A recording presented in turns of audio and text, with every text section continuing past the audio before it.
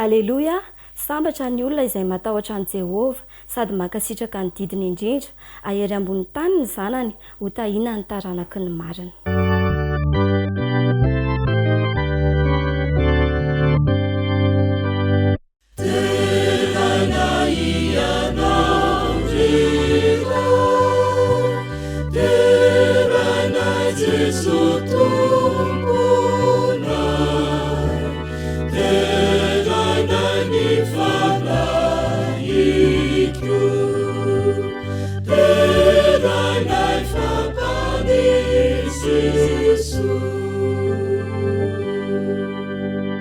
Rehefa afaka isika tompoko raha malala be fitiavana indrindra sy any an-danitro sotranao izay noho ny fitahinao anay tamin'iny enemana iny tsapanay ny fitiavanao Andriamanitra mpandahatra endry tokoa ianao ary indro nomenao ity fitsarana ity izay iarahanay amin'ny lanitra manontolo kino tompo raha hanoy izao fampompivavahana izao izay aoka ho tsapanay mandrakariva ny fanatrianao ary ampaingino raha eo ny fiafa rehetra ary mitenena fa vonana anao izahay amin'ny anaran'i Jesosy. Amen.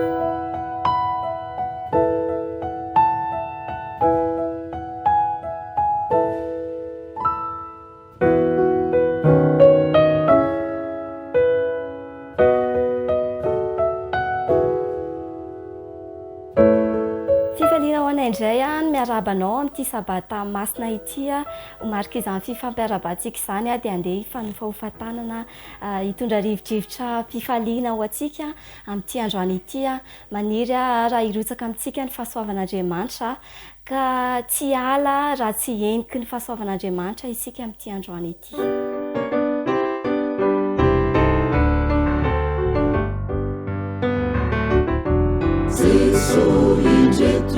Izahay panompona avy ankalaza seana zanao iza raisonao ny saotry izay aterina ianio ka ny vavaka ilay mavaly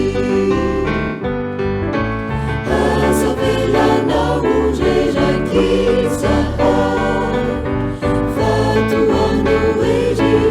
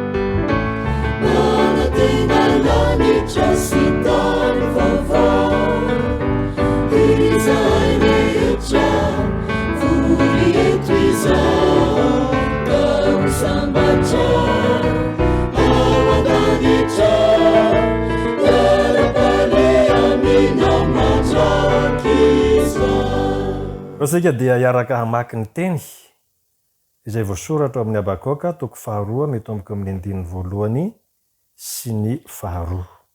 Habakoka toko 2 ny 1 ka hatramin'ny 2 vakina amin'ny anaran'i Jesosy.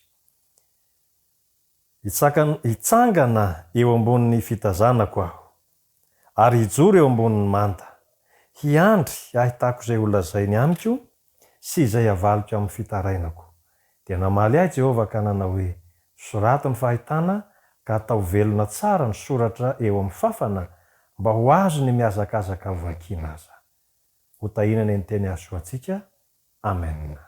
Iaraka ivavaka tsika dera laza saotra dia atolotra ianao Andriamanitra fa Andriamanitra masina sy lehibe ianao, Andriamanitra nahary lanitra sy ny tany izay rehetra eo aminy ko ankehitriny dia manatitra dera saotra ho anao izay. Andriamanitra amin'izao fotoana izao dia mangataka aminao izahay mamelany eloko ianao mamindrafo aminay fampanoty izahay diovy izahay sasao izay afaka eloko fanirina indrindra tompo nanasoranao ny eloko ay ho tahaka ny alavitry ny atsimo amin'ny avaratra no analanao izany eloko izany ary mba ho tafaray aminao izahay. Ankehitriny koa dia hitondram-bavaka ho an'ny mpanomponao izay hitondra ny teninao. Andriamanitra hosoro ny molony fanamasinao kapiteny vavany mba hiteny araka ny teninao izy.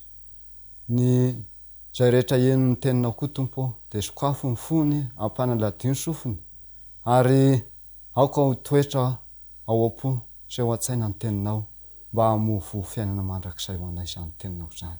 Izany tompo no irinay isangatanay aminao. Tononona ny vavaka amin'ny anaran'i Jesosy.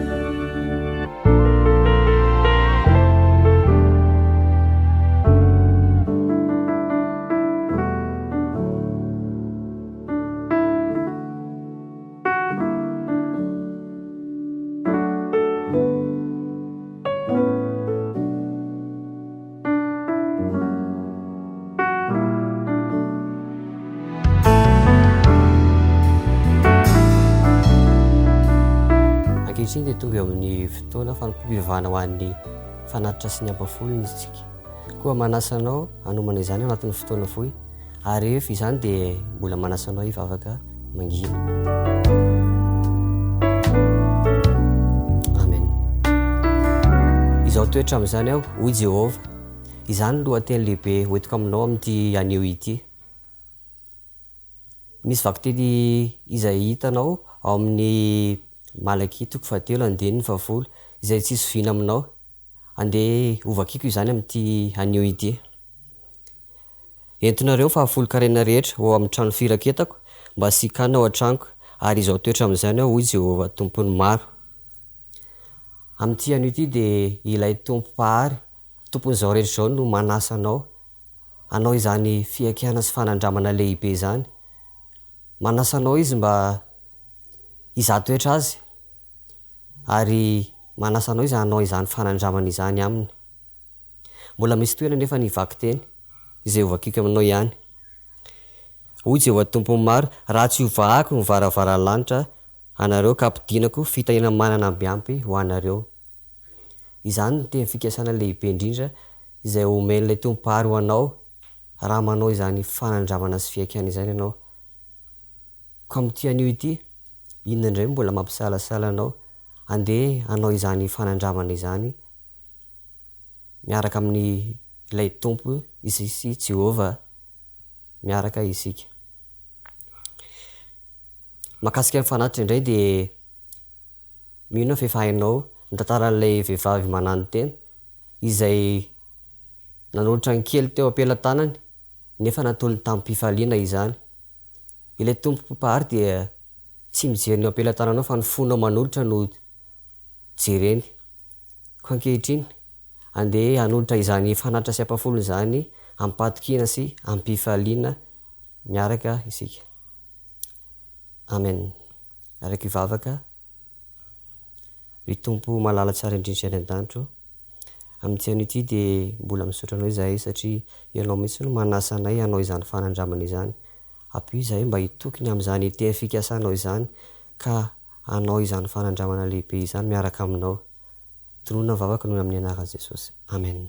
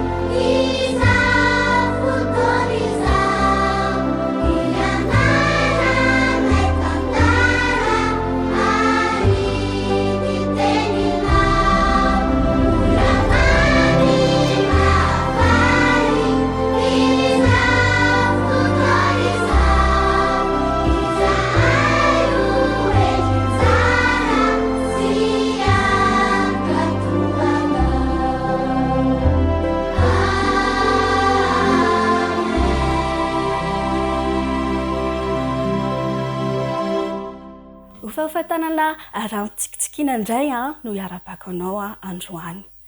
Tondra tantara mahafinaritra ho anao fa melohany izany dia andaontsika hivavaka. Rika hivavaka tsika. Jesosy misaotra anao izany menao an'ity fotoana ity. Omeo sofina miaino ny ankizy ahafahany mandray lesona. Amin'ny anaran'i Jesosy. Amen. Tantarana tovolahy kely no entiko anareo androany. Lohateny toriteny dia hoe azakaza-poana nataony jiva. Azakaza-poana nataony jiva. Tovolahy kely ny jiva ary tena mampalahelo satria dia kamboty izy.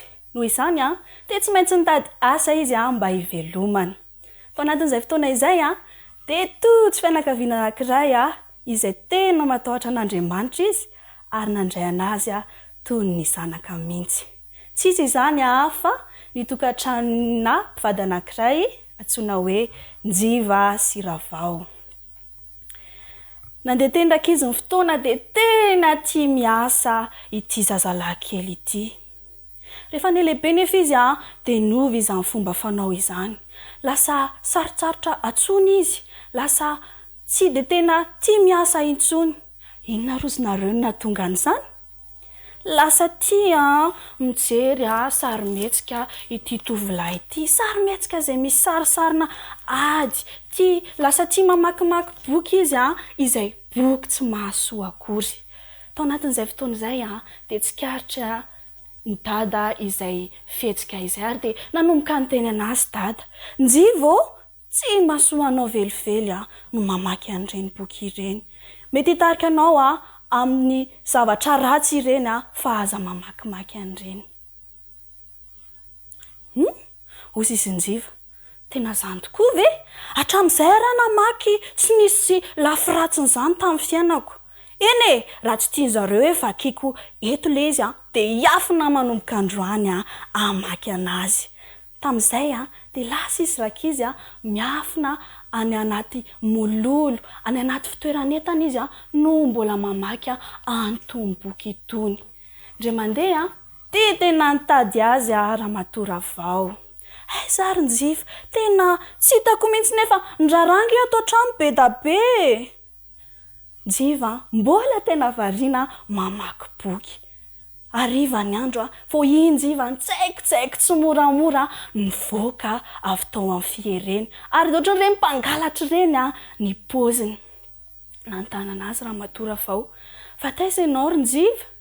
Dia hozy izy hoe mba nakanakaina kely tany fotsiny mba nandehandeha tany nataoko. Rehefa iny izy nitodika iny anefa dia hitany Ramatoa Ravao ilay boky kely tany am-posiny. Tonga dia fantatry Ramatoa Ravao hoe taiza indray Njiva, dia niteny izy hoe indrisy ry Njiva malala, raha mba fantatrao moa hoe inona no tokony tsy hamakiana an'ireny boky ireny nefa ianao dia mbola mamaky ireny foana. Tsy niteny-betsaka Ramatoa Ravao fa navelany andeha i Njiva. Eny misy zavatra tsy maintsy alainao any amin'ny any an-tanan-dehibe any. Afaka maka taratasany amin'ny positra ve ianao? Hozy izy mantsy Njiva. Faly ery Njiva satria fantany fa eo akaikin'io positra io dia misy fitoeram-boky anankiray indray ary afaka mijery indray izy hoe inona indray ny boky vaovao afaka vakiako. Lasa izy rakizy nandeha tany an-tanan-dehibe. Rehefa tonga tany izy dia lasa izy aingana nakany amin'ny positra, nalainy ny taratasy dia tonga dia lasa izy nandeha tao amin'ilay fitoerana fividianan-boky. Rehefa tao izy dia tena lany andro tao izy ary tsy fantany fa efa tena hariva tokoa ny andro. Rehefa tonga tao an-trano dada dia nanomboka nanontany ny neny, fa aisakay Njiva e? Dia hozy izy neny hoe nirako naka taratasany amin'ny positra izy ka. Dia hatramin'izao ve hozy izy dada dia mbola tsy tonga foana? Efa fantatry dada fa any amin'ny fitoeram-boky indray misy Njiva ka dia lasa izy nandeha nakany an-tanan-dehibe. Rehefa tany izy dia gaga izy nahitany Njiva voakaingana tao amin'ny fitoeram-boky, efa afa-po nijery ireo boky vaovao rehetra nisy tao. Rehefa izay tena raha tsy moramora vato-ariana i Njiva. I Njiva nefa dia nanomboka nidobodoboka ny fo. Do nanomboka natahotra satria efa maizina be mihitsy ny andro. Nane grosy i Njiva ary dia nanaraka foana i dada tato ariana. Rehefa nitsofoka elankela trano amin'izay dia vao maika nanomboka natahotra izy. Azo rehetra izay hitany dia toa heveriny fa olona mitana basy andeha hitifitra anazy. Ny ravinkazo izay hitsany dia ohatran'ireny andian-tsoavaly ireny ny fahenoany azy. Ary ireny fefy fotsy ireny moa dia heveriny fa olona miakanjo fotsy andeha hanenjika azy. Rehefa nandeha izy dia eny ny tao ariana nanomboka nisy olona koa kay manaraka kay ao arinany. Nanomboka nitodika izy ary rehefa nitodika izy dia inona ozy nareo nitany? olona ranjanana be ny tantao arinany tao. Natahotra be mihitsiny izy fa tsy sahany kory nijery an'ilay olona fa lasa izy niazakazaka mafy de mafy. Rehefa niazakazaka izy de vao mainka tena sepotra le olona koa nefa manaraka anazy ao arinao. Nanomboka ny sento kely njiva rehefa nahita ny jiro fiompiana. Efa ho tonga fa ezahako kely faraparany aloha ty diako ty. Lasa izy niazakazaka be. Tonga tao an-dakozia izy rakizy teny tsy rara tamin'ny tany. Fa nanino ianao izy raha matora vao? Tsy nateny mihitsy izy fa de tena sepotra. Rehefa afaka kelikely taorinan'izay avy ao arinany tonga koa izy. Tonga koa i dada ary nikakakaka be dada. Ary ay ve lama miazakazaka be ohatr'izany tena ohatran'ireny olona mifaninana amin'ireny azakazaka ireny mihitsy ny nahitako anao. Tena mahery miazakazaka sady me ihany izy. Nanomboka boramena rakizy injiva kely. Menatra be mihitsy izy satria de niazakazam-pona izy. Tamin'izay fotoana izay de niraisin'ny dada tsy moramora izy de hozy izy dada taminy avilo ianao aty. Njivo azonao amin'izay ve ny antony nahatonga anao tsy asaina mijery an'ireny sarimihetsika sy boky tsy mahasoa ireny? Mitondra anao any mampalemy sainao izy ireny ary tsy mitondra soanao mihitsy pozina ho anao ireny boky ireny. Angano ange ireny fironin'olona ireny nefa de tena misy fiantraikany ratsy tokoa eo amin'ny fiainana. Teny rakizy njiva de nirofony daholo ny boky rehetrarehetra izay tao an-trano ary nakafokasika izy de nidorany ireny boky ireny. Teo ampijerena setroka niakatra izy de hozy izy hoe tsy ho lemenareo amin'ny tonontsony ny saiko atreto de tsy hamaky anareo tsony fa manana namana vaovao indray aho tia indray ny namako vaovao manomboka androany ary mino fa tsy mampalemy ny saiko izy ty fa misy zavatra vokatsoa be da be ato anatiny ity. Nanomboka teo rakizy de niova tovolahy nafinaritra ohatry ny tamin'ny voalohany indray njiva ary de tena nakatoa any dada sy neny tao an-trano. Rakizy mampiasa fitaovana maro satana andemena ny saitsika. Mety ao ny hira, ao ny horonan-tsary ary ao koa ilay boky, ireo boky izay tsy mahasoa sainy vakitsika. Mety tena horoboka tanteraka tsika ary tsy afaka niala mihitsy. Afaka manampy atsika nefa Jesosy amin'ny felana amin'ireny zavatra ireny ary tsy afaka niala irery amin'ireny mihitsy tsika, tsy ho tafiala irery amin'ireny tsika raha tsisy an'i Jesosy. Ary aza dino ity zavatra anankiray ity de ny tenin'Andriamanitra satria rehefa mamaky an'ity ny ankizy de lasa ankizy mpandresy. Minao fa tafapita amintsika ny lesona tamin'ity maraina ity ary mirary soa atsika.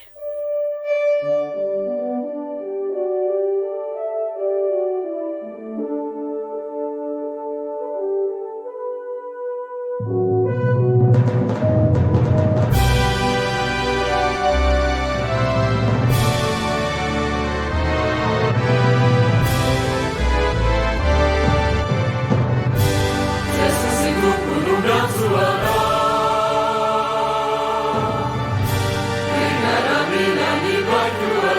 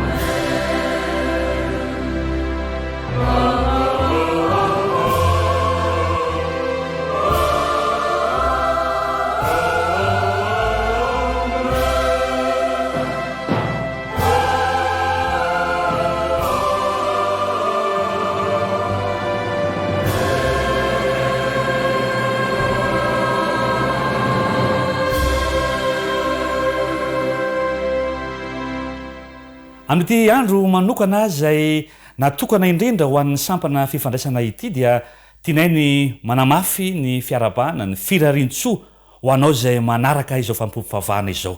Ny vavaka ataonay mandrakariva ny tokantranonao ane ho anjakan'ny fiadanana. Ary raha miresaka mahakasika n'izany tontolo ny fifandraisana izany isika amin'ity an'io ity, anao zava-magaga eo amin'ny fiainanao ane Andriamanitra. Ny andininy fototra zay efa novakina teo natokana mba hodiniantsika izy to mana lesona amin'ity an'io ity dia lehitantsika eo amin'ny bokyny mpaminany Abakoka ka ny toko 2 ary ovakitsika amin'izany ny andininy voalohany sy ny 2. Abakoka toko 2 ka ny andininy voalohany sy ny 2.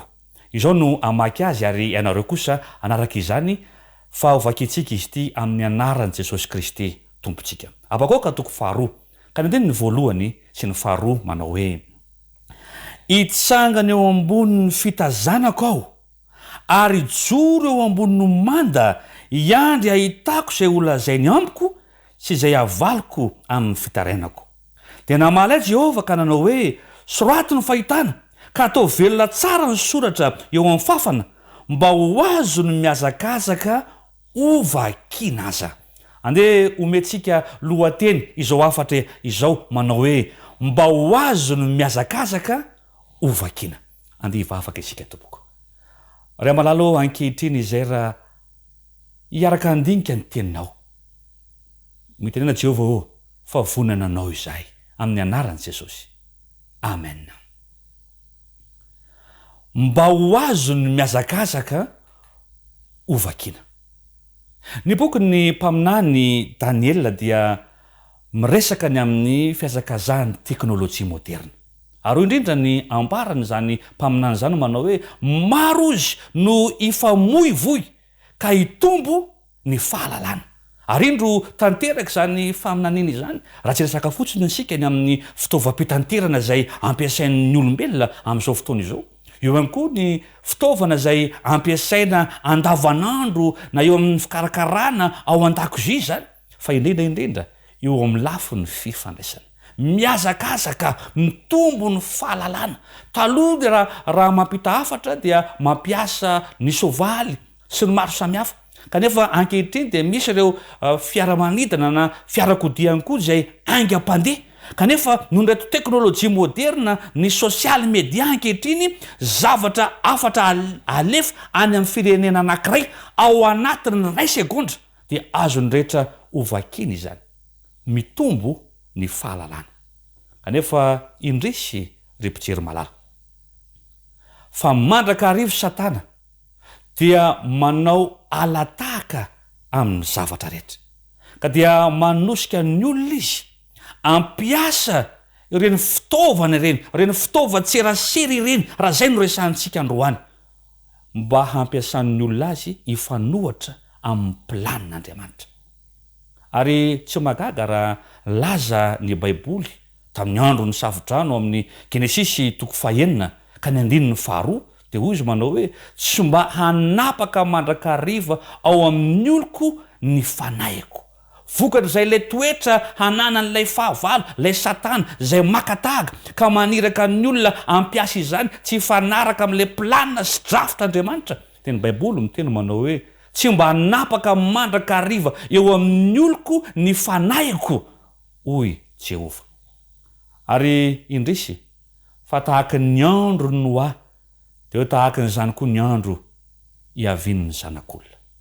Ary dia miazakazaka ny fitontonganana ara-molaly, ny toe-tsaina, ny fomba mafanao, ny fifandraisana, ny zavatra atao rehetra. Iny miazakazaka ho amin'ny faharatsiana ny olona amin'izao fotoana izao. Tena nefa ny manamarika ry havana malala fa tsy olan'Andriamanitra ny teknôlôjia na ny fandrosoana. Averiko, marihana fa ny olan'i Jehova dia tsy ny teknôlôjia na ny fandrosoana fa ny olan'Andriamanitra eo amin'ny andro farany dia ny hoe ny fanainy dia tsy mba napaka mandrakariva ao am-pon'ny olona. Ary ny bokyny Abakoka mpaminany ry havana dia maminany teo amin'ny fotoana faraparany teo amin'ny tantarany Israely ary misy lesona sy antso maika ho an'ny zanak'Andriamanitra, ho an'ny kristianina, ho aso anao izay manaraka izao fandarana izao amin'ny andro farany amin'ny alarany reto fanontaniana telo ireto. Ny fanontaniana voalohany dia ny hoe aiza no misy anao? Aiza no misy anao?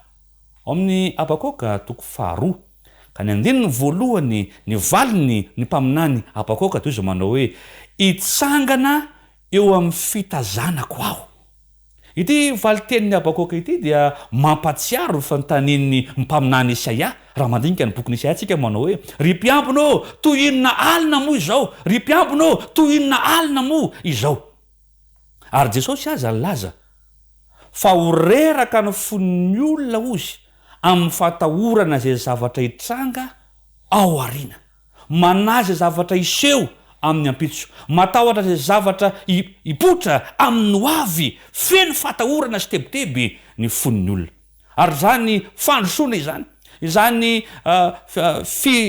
fitombony ny fahalalan'ny olona izany dia miteraka fikorotanan-tsaina eo amin'ny fiainan'ny zanak'olombelona. Mikorotan-tsaina ny amin'ny fotoana, mikorotan-tsaina ny amin'ny ora sy ny andro, ny volana sy ny taona. Ary amin'izao fotoana izao ary isika dia afaka mametraka sahady ny fantana manao hoe vaoveny isika ny fampiaraba tratry ny taona ary fahafiry eo amin'ny taona sahady isika amin'izao fotoana izao. Mirimorimo ny andro, mirimorimo koa nefa ny fahalalana, kanefa ao anatin'izany rehetra izany dia mitebiteby izay zavatra hitranga amin'ny hoavy ny olombelona. Raha miverina isika eo amin'ny valitenin'ny Abakoka manao hoe itsangana eo amin'ny fitazanako aho, mamaly ilay fanontaniana manao hoe aiza no misy anao? Ry havana malala, misy olona ve mijanona mandrakariva eo amin'ny manda? Mbola misy olona ve ao amin'ny manda?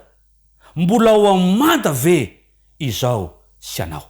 Abakoka eto dia mijoro vavolombelona fa izy dia mijanona mandrakariva eo amin'ny toerany. Raha atao amin'ny teny hafa azahoany ny tanora azy dia hoe mijanona eo amin'ny posta misy azy. Ary ny teny ampiasainy eto dia ilazana ny mpiambina izay mijery sy mitazana ary vonona ampandre raha misy fahavalo eo amin'ny manda no ahitana azy. Ny manda dia toerana avo, manerinerina ary natao ho fiarovana. Ary ao anatin'izany rehetra izany dia natao ahazaka ny fanafiana ihany koa izy ireny. Nefa koa azadino fa eo amin'ny manda no toerana misy ny mpiambina. Tiako be izany sary izany. Haitsika tsara fa Jesosy no manda sy hery ho antsika. Eo no tokony hijoro izao sy anao. Haitsy izao no miaro an Jesosy amin'ny alalan'ny teknôlôjia moderna nareo fomba maha-olombelona, fa Jesosy no mampijoro ahy eo amin'ny fiambenako, eo amin'ny mandako, eo amin'izay any fiarovako. Ry havana malala, tsy ny fiazakazany fahalalana, ny fisian'ny teknôlôjia isan-karazany dia mampiasa izany isika mba hiarovantsika an'Andriamanitra. Tsia, fa nataon'Andriamanitra isy eo amintsika izany mba hahatonga antsika ho tafajoro hitoetra eo amin'le manda dia Jesosy Kristy. Azontsika ve zany ry havana malala? Ny zavatra maha-olombelona dia tsy natao hiarovantsika an Jesosy. Tsy natsoina hiaro an'Andriamanitra amin'ny Facebook isika, na ny Twitter isika, na Instagram, na ny TikTok, na ny teknôlôjia isan-karazany, tambazona-tserasera isan-karazany. Tsy nataon'Andriamanitra hiaro azy amin'ireny isika. Tsy nantsoina hiaro an'Andriamanitra izao sy anao, fa nantsoina hijoro eo amin'Andriamanitra kosa. Nantsoina hijoro eo amin'ny mandako, o Jehova. Hijoro eo amin'ny Jesosy zay manda fiarovako. Lesona voalohany ry havana malala, ny fitaovam-pifandraisana, ny fitaovan-tserasera rehetra dia andeha ho ampiasaina ampijoro antsika eo amin'le manda dia Jesosy Kristy izany. Samy manana ny mety ho fomba ampiasany azy izao tontolo izao. samy manana mety ho fomba ilavany azy izao tontolo izao fa mampanara-dian'ny Kristy ahy amin'ny mazanaka Andriamanitra ahy raha mipetraka amin'ny fantanana manao hoe aiza no misy anao dia aoka samy amaly tahaka ny mpaminany Abakoka isika manao hoe eo amin'ny manda no misy ahy eo amin'ny Jesosy no misy ahy ka ny fitaovany tserasera rehetra misy dia ampiasaiko tsy hoe iarovako an'Andriamanitra fa ampiasaiko kosa ampijoro ahy eo amin'ny Jesosy. Tahaka ny zavatra rehetra ihany koa ny tambazotra tserasera. Misy lafiny mahatsara azy ary misy lafiny maharatsy azy. Kanefa mandrakariva noho ny fiasan'ilay fahavalo dia miazakazaka ny rehetra any amin'ilay lafiratsiny adino anefa fa ny zava-dehibe dia ny ampiasana an'izy ireny ampijoro ahy ampijoro anao eo amin'ny Jesosy. Amin'ny fampiasako ireo tambazotra tserasera misy mampijoro ahy eo amin'ilay manda dia Jesosy Kristy ve izany. Ny fanontaniana lehibe faharoa dia ny hoe inona no andrasanao? Inona no andrasanao? Amin'ny teny hafa dia ny hoe miandrinona ianao. Ary rehefa mikasika ireo fitaovam-pifandraisana na ilay fitaovan-tserasera rehetra isika, inona no andrasanao? Amin'ny Abakoka toko faharoa ihany. Ka ny andininy voalohany tapany faharoa amalinan'ilay fanontaniana manao hoe aiza no misy anao? Andininy voalohany tapany faharoa dia izy hoe iandry ahitako izay olazainy amiko. Tena hafa i Abakoka ry mpijery malala. Tena hafa i Abakoka ry tanora malala, ray aman-dreny malala. Firy amintsika no iteny tahaka azy. Mijoro eo amin'ny manda mandrakariva aho ary miandry izay olazainy Jehova. Rehefa eo amin'ny manda manko ny olona iray, rehefa Jehova no mandany dia miandry mandrakariva izay ho resan'i Jehova izy izay lazaina sy ambaran'Andriamanitra. Ary zany lesona lehibe faharoa. Tsy hoe mijoro miaraka amin'ny Kristy eo amin'ilay manda aho izay Kristy mihitsy no manda fa ny faharoa dia mampiasa ny tambazotra ny mpifandraisana ny serasera misy aho mba hamantarako izay lazainy Jehova amiko, mba henoko ilay tenin'Andriamanitra, mba hamantarako izay ambarany Jehova. Mandany ora firy isika amin'ny fampiasana ny teknôlôjia amin'izao fotoana izao? Mandany minitra firy isan'andro isika? Kanefa kosa mandany ora sy minitra firy isan'andro amantatra izay ambaran'Andriamanitra? Maro ny zavatra alefan'ny olona rehetra, ireo manam-pahalalana, ireo manan-tsaina, mpampiasa izany ao. Mandany andro isika mamantatra izay ambarany ireny, fa mandany ora firy kosa amantarana izay ambarany Jehova.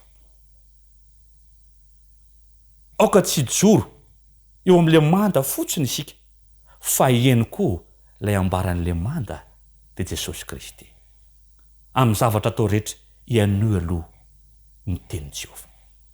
Amin'ny fikasana rehetra fantaro ny tenin'i Jehova. Alohany anombohana ny asa mandrarà rehetra enoy ny tenin'i Jehova. Alohany anatanterahana ny fianarana sy ny zavatra hafa rehetra fantaro izay ambaran'Andriamanitra. Ny fanontaniana lehibe fahatelo izay ho valentsika amin'ity an'ity dia ny hoe inona ary no ataonao? Mijoro eo amin'ny manda dia Jesosy isika. Mieno izay ambaran'Andriamanitra amin'ny alalan'ny tambazotra tserasera misy sy ny fitaovana izay azo ampiasaina rehetra ny amin'izany isika. Ary ny fahatelo, inona no ataonao? Ary ity fanontaniana farany hoe inona no ataonao ity, indrindra manoloana ireo tampazotra mpifandraisana rehetra misy ankehitriny dia inona no ambaranao? Ny Abakoka toko faharoa ka ny andininy faharoa dia zao no ambarany indray. Abakoka toko faharoa ka ny andininy faharoa dia ozy manao hoe soraty. Inona nataonao? Soraty ho ny tenin'Andriamanitra. Ary tena programan'ny tompo mihitsy ny anoratantsika. Soraty, soraty. Ny mpaminany rehetra dia nahazo an'io teny io. Ary raha mandinika manokana ny bokin'ny Apokalipsy isika dia miverina 12 ilay teny hoe soraty. Ary ny 12 moa dia anehoana ny vahoaka, anehoana ny mpianatra 12 ny foko 12. ary le hoe soraty miverina indromby eo folo raha amin'ny apokalipsy ny resana dia soraty ho an'ny vahoaka. Saingy azadino ireo mpaminany rehetra voalaza ny tenin'Andriamanitra dia nahazo ny teny ho soratany avy amin'ny Jehova. Mifameno le zavatra telo resantsika. Mijoro eo manda eo amin'i Jesosy, mandray sy mamantatra izay ambaran'i Jehova avy amin'izany fitaovana izany, ary rehefa mandray dia manoratra ho an'ny rehetra. Soraty, soraty, soraty. Ry tanora malala, ray aman-dreny malala, alohan'ny anoratantsika eo amin'ny fitaovam-pifandraisana rehetra misy amin'izao vanim-potoana iainantsika izao, afatra avy amin'iza no entitsika. Ary io no antony hipetrahana eo ambony manda aloha, io no antony hijoroana mandrakariva eo amin'Andriamanitra aloha, hikatsahana izay lazainy Jehova. Ino no ambarako isan'andro isan'andro. Ny mpiambina mijoro eo amin'ny manda manko dia tsy mampiasa ny fony na ny fietsepony fa izay hitany marina. Ary raha mampandray ny vahoaka arak'izay fomba fampiasa mifanaraka amin'ny fandaminana efa mipetraka. Ry havana malala, ny olona manana an'Andriamanitra zany dia tsy tokony ahitana ny teny hoe tsy mahafantatra anga ianao, ty teny ty dia ho ambarako, je vise sy ny maro samihafa. Aoka hanoratra ny teny avy amin'ny Jehova. Hoy ny Baiboly eo amin'ny Korintiana 1:7-9 manao hoe fa raha maneho feo hafahafa ny trompetra ozy, iza ny omana hiady. Fitaovam-pifandraisana iray ny trompetra, ary ivelan'ny maha fitaovana fampiasa azy amin'ny mozika dia natao hanomanana olona hiady koa ny trompetra, natao hampandrenesana ny loza izany, ary natao ihany koa iantsoana fivoriana, iantsoana fifaliana. Fa saingy izao, raha diso na amin'ny famatika ny fampiasana azy, ry havana malala, indrindra amin'ny fotoana ny ady, dia ho rava sy farisena no hitranga. Soraty. Saingy atao velona tsara ny soratra. Mazava ny fanambarana amin'ny Abakoka 4:10, ry havana. Tena maniry ny tompo ny anambarantsika ny fahamarinana mazava, velona tsara, soratra velona, ry havana malala. Aoka tsy trompetra hitarika ny olona ho amin'ny fahaverezana na ho amin'ny faharesena, fa hitondra azy kosa ho amin'ny fandresena, ho amin'ny fifaliana. Ka noho izany, amin'ny fampiasako ny tambazotra ny serasera misy, soraty mazava ny fahamarinana avy amin'Andriamanitra. Atao velona tsara ny teny fampairezana, soraty ho velona tsara ny teny fampitandremana, fa ho avy indray Jesosy hamonjy ahy sy hamonjy anao, hamonjy ny olona rehetra izay manaiky sy mino azy. Miandro soratra velona amiko sy ho aminao Jesosy. Soratra velona fa tsy soratra maty na miteraka ho amin'ny fahafatesana. Ary ny soratra izay velona resantsika izany, izany soratra mazava mitondra fahamarinana izany, dia mba ho azo ny mpiazakazaka ho vakiana. Ary raha manana ny Baiboly dika teny protestanta isika ry havana, eo amin'ny noty eo ambany dia miteny manao hoe, milaza ihany koa manao hoe mba hiazakazaka izay mamaky azy. Zany hoe ny olona feno rotorotom-piainana sy ny raritsaina sy ny reo fitsapana isan-karazany, rehefa mahita ny teny fahamarinana izay ambarako, ampiasako ny tambazotra ny tserasera, dia mahita izany ka velom-panantenana. Ary rehefa mahazo izany izy dia miazakazaka anjarany ray ny miazakazaka izany izany amin'ny manodidina azy. Fotoana izao, tanora malala, fotoana izao, ry havana malala, fa efa akaiky ny tompontsika. Aiza ny toerana misy ianao eo amin'le manda dia Jesosy ve? Ary inona ny zavatra renesinao, tianao re ny tenin'Andriamanitra ve?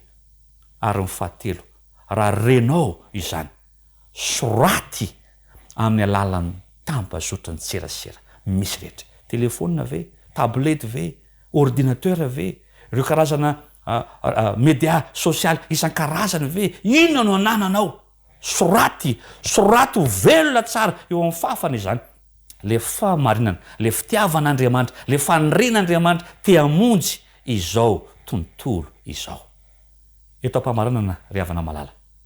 Dia zavatra telo ny tiako raha mba ao andraisanao fanapa-kevitra. Voalohany, andeha isika ijoro eo amin'ny manda, ijoro mandrakariva eo amin'i Jesosy. Faharoa, andeha isika ampiasa ireo fitaovana moderna rehetra misy ankehitriny mba hikatsahana izay lazain'Andriamanitra, ampakatra ny finoantsika mifanaraka amin'izay lazainy ny Baiboly. Ary ny fahatelo, andeha isika ampiasa ireo fitaovam-pifandraisana rehetra mba hanaparitahana ny fahamarinana mifanaraka amin'ny fandaminana izay misy eo amin'ny fiangonantsika. Ho avy Kristy, ka mba maro ane ny olona hitsihana azy ka hitena manao hoe noho ny teny nataonao tamin'ny lalany tambazotra ny serasera, noho ny fahamarinana nozarainao, misaotra fa tonga ty an-danitra ao. Tianao ve nandray izany fanapa-kevitra izany?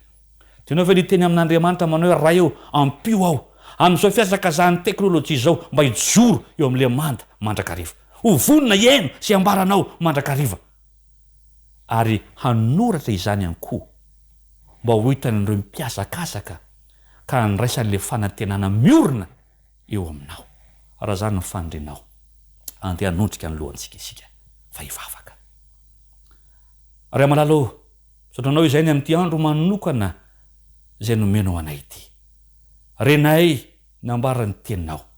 Indro Tompo mangataka aminao izay mba hamelanao ny tsy famindreanay tamin'ny lasa. Ary amin'izao sisa izao ray amalalo dia indro avozonay ny fanoloran'ny tenanay. Koa miohery ray amalalo, ijoroana matoky eo amin'le manda dia Jesosy Kristy. Ka amin'ny alalan'ny fampiasanay ireo tambazotra ny serasera misy rehetra dia iaino sy ambaranao izay. Ary miohery ray amalalo, mio ny fanainao mba hafanay manoratra izany, mba ho azon'ireo mpiazakazaka, mba ho azon'ny olona rehetra ho vakiana ny fahamarinanao. Amin'ny anaran'i Jesosy. Amen.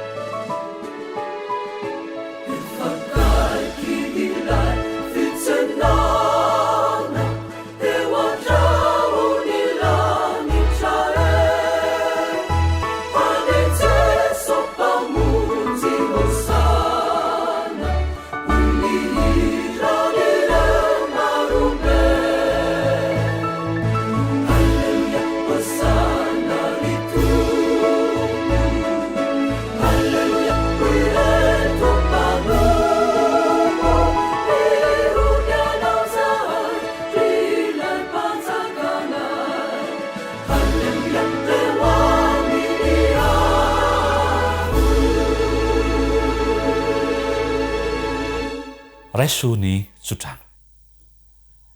Hita ianao ane Jehova ka hiaro anao. Ampamirapiratra ny tavany aminao ane Jehova ka mindra fo aminao. Eny hanandratra ny tavany aminao ane Jehova ka hanome anao ny fiadanana. Amin'ny anaran'i Jesosy. Amen.